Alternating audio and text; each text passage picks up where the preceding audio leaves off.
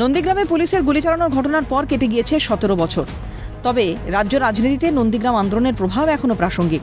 এই আবহে বছর ঘুরলেই রাজ্য বিধানসভা নির্বাচন।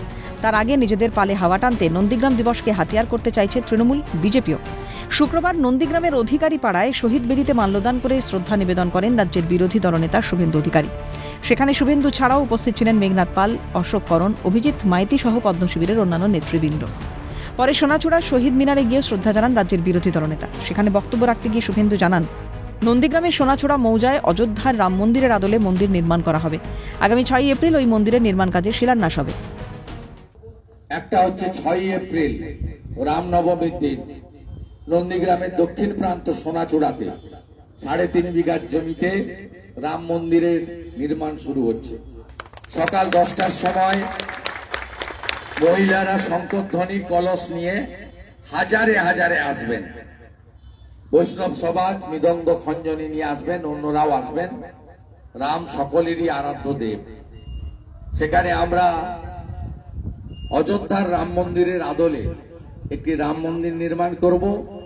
নাট মন্দির থাকবে, আবাস গৃহ থাকবে, অতিথি যারা বাইরে থেকে আসবেন দর্শনে। পরে তৃণমূলকে কটাক্ষ করে শুভেন্দু বলেন, বোতলটা নতুন, মদটা পুরনো। কিন্তু এই যে ভোটার লিস্ট ধরে ধরে সিপিএম যা করতো, এখানে এখনো সেই ব্যবস্থা চলছে। প্রায় 400-র বেশি মামলা নন্দীগ্রামে মূলত হিন্দুদের উপরে হয়েছে। সেই জন্যই বলছিলাম, বোতলটা নতুন, মদটা পুরনো।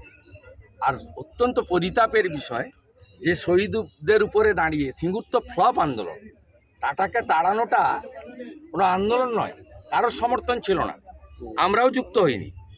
নন্দীগ্রামে যেটা হয়েছে তার সুফল বর্তমান শাসকরা পেয়েছে। তারা ফুলে ফেপে ঢোল হয়েছে।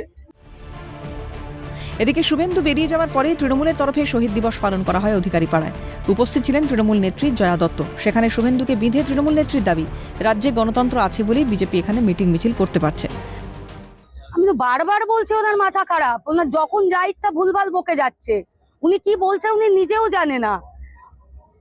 2011-র আগে সিপিএম যেভাবে অত্যাচার করেছে, মানে মাটির তলে পর্যন্ত মানুষকে পুঁতে রেখে দিত। আজকে মমতা বন্দ্যোপাধ্যায় ক্ষমতায় আসবার পর আমরা তো বলেছি, দিদি স্লোগান দিয়েছে, বদলা নয় বদল চাই। তো সেখানে দাঁড়িয়ে বিজেপি মিছিল করছে, বিজেপি মিটিং করছে। যদি গণতন্ত্র না থাকতো তাহলে বিজেপি মিছিল মিটিং করতে পারতো বাংলার মাটিতে? প্রসঙ্গত, 2007 সালে 14 মার্চ পুলিশের গুলিতে নন্দীগ্রামে মৃত্যু হয়েছিল 14 জনের। সেই ঘটনায় নিহতদের স্মরণে প্রতি বছর এই দিনটি শহীদ তর্পণ কর্মসূচি পালন করে আসছে তৃণমূল। 2020 সালের ডিসেম্বরে তৃণমূল ছেড়ে শুভেন্দু অধিকারী বিজেপিতে যোগ দেন। এরপর থেকেই শহীদ স্মরণকে ঘিরে ফি বাড়ি তৃণমূল বিজেপির মধ্যে তরজার পরম্পরা দেখা যায়। এবারও যে তার অন্যথা হলো না তা বলাই বাহুল্য। রমেন মাইতির রিপোর্ট, ক্যালকাটা নিউজ।